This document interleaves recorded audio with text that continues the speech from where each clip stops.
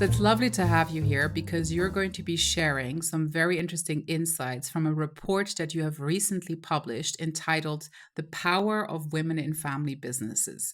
Why did you feel that this was the right time to gain these kinds of insights and to have these kinds of conversations with the women that you interviewed, with the female leaders in family business that you interviewed in Saudi Arabia? Kholoud, maybe you can tell us a little bit more about what was your primary motivation to do the report now?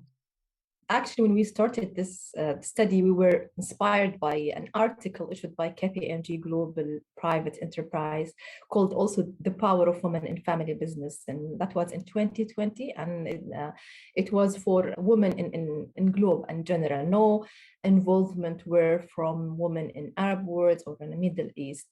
So at the same time, we have issued the first edition in Female CEO Outlook report, which was a local report where during this survey, we interact with many amazing family leaders and female leaders in KSA. So we thought it's very important to acknowledge the increasing number of women in the workforce.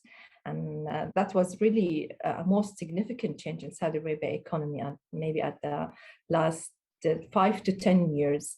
Not only that, they're assuming leadership roles in different industry, including the family business.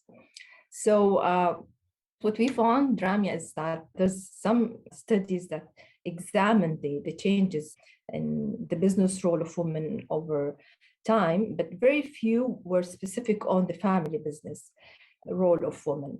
So all know that traditionally women, somehow they play an invisible role in their family businesses. They work behind the scene, in administrative duties sometimes, or as informal advisors and moderators. So we decided to conduct this local study in Saudi Arabia, and we did more in-depth interviews with 14 family business female leaders across KSA. How do you feel women's roles in the family enterprise are perceived right now? What is their role? And do you feel that this is now actually being challenged through what you found out in the report? In terms of roles, it's interesting what we found out even during the interviews. It seems that women have always had some kind of role around the family enterprise, not in a formal manner, but there would be a role in some way or form. For example, we were speaking to one of the ladies who was telling us that what her mother used to do was actually take money from her friends. She had a lot of female friends who didn't know where to put their money. And she would say, okay, give me your money and I'll get my husband to actually put it in some investments or real estate. And, she was acting as a broker, although she's not formally a broker. Women were and still are raising, the next gen, let's say, and, the kind of values and the education and so on and so forth are still with the women. What are the challenges, though, that they face? Like, what are sort of like the typical things that they see that are really difficult for them to overcome and to be able to fully, I would say, assume the roles that they would like to assume within the family enterprise? There's different challenges we found when we sit with those participants. And I think the most important one was getting the opportunity, not working. So how do you the woman, reach to the opportunity? And this takes us to another aspect, which is how to have a mentor or a sponsor. So we all know that there's a value and importance of having a mentor for any person, regardless of woman or man. And the challenge was to find a mentor, not only a woman, either woman or man, who would be comfortable to give a constructive feedback to a female family member. And more importantly, actually, than finding a mentor, is they also need a sponsor. So unlike a mentor, the sponsor is someone who can not only advise you on your career, but how to actively help you advance your career. It's a person who have an influence in the company, an influence in the sector, could be a father, an uncle, brother, but they have power in the family business and they can use their social impact, as we call it, the social impact, and their credibility to advocate for this female In other words, he's the person who can recommend your name in a high-profile project. He can introduce you to people in his network. He can find a way, an open door for opportunity that support you climb the ladder. And this is really the female were lacking this kind of sponsor.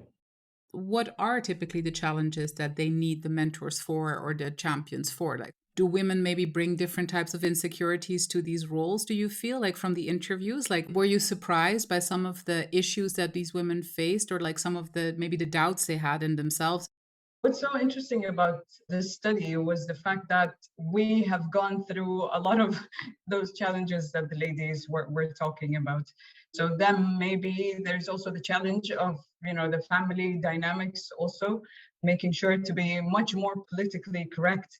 Maybe circling back to the, traditional roles, there was also a lot of challenge when it comes to ladies from family businesses in terms of, do you actually need to go out and work?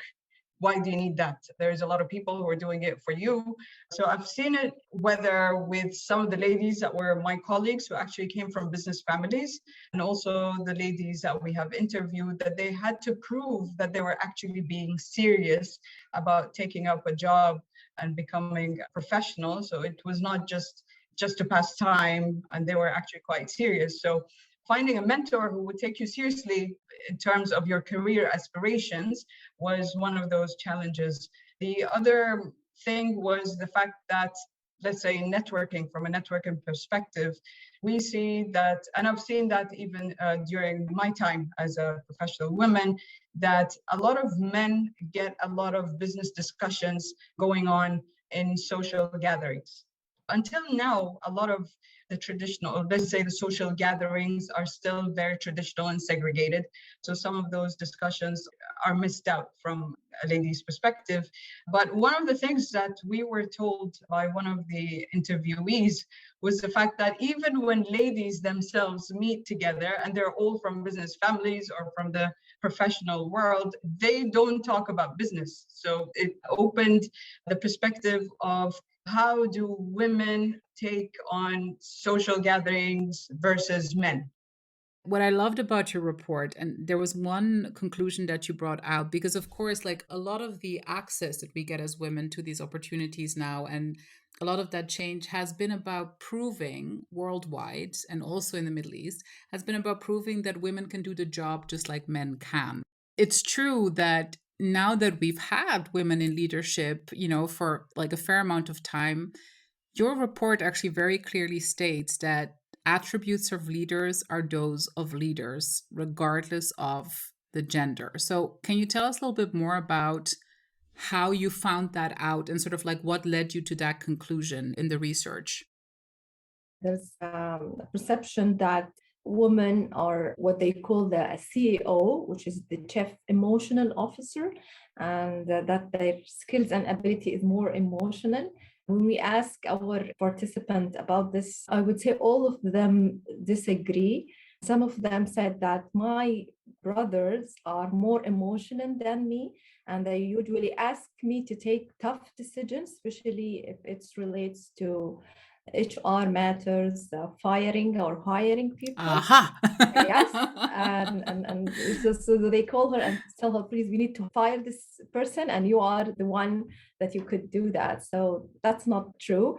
And they believe that every man, woman, or human being has their own skills and abilities, and I think they comply each other, and it's not bad to have an emotional behavior. It's not bad. It's not good to be a woman with a male behaviors. All research now is focusing on how to be an authentic leader and use your own skills to put and to add to the table. If you look at the business environment in general, there is a lot of reinforcement of the soft skills.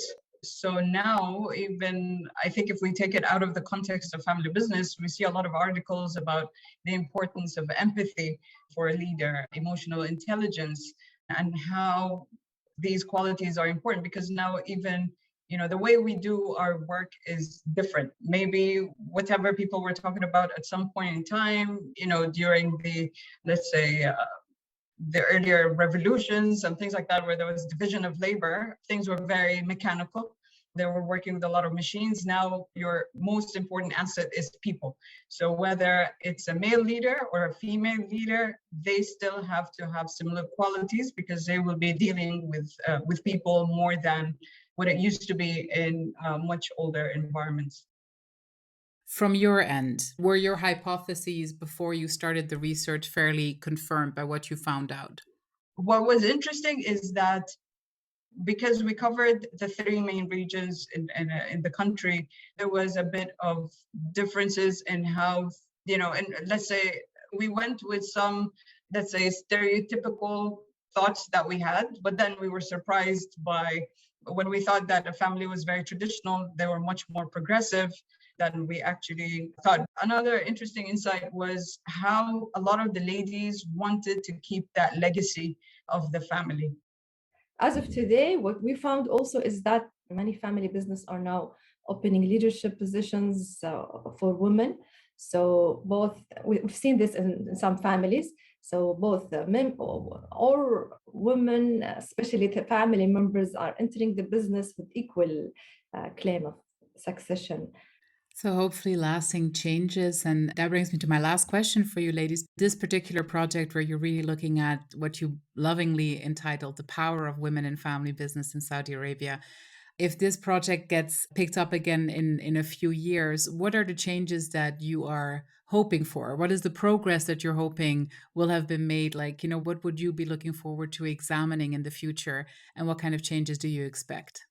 For me, I was very optimistic with all the reforms that is happening in Saudi Arabia and all these positive changes.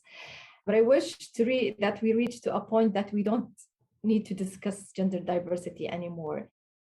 Yeah, I cannot agree more, Kholoud. And honestly speaking, seeing the change that we have gone through over the past 10 years is very mind-boggling. If you tell me what would you expect in the next 10 years, I would say, okay, I don't want to talk about quotas, and that should be something out of the way. But at the same time, I would be surprised of what's going to come next in the next 10 years. We're quite optimistic, honestly speaking. I remember there were days when I was the only woman in a meeting of, let's say, 25 people, and now going to meetings where, we can be up to 50% filling those rooms. So the topic of boards is a very hot topic, but with the pace that we're going through, I can imagine that these can be, overcome, at least from a regulatory perspective.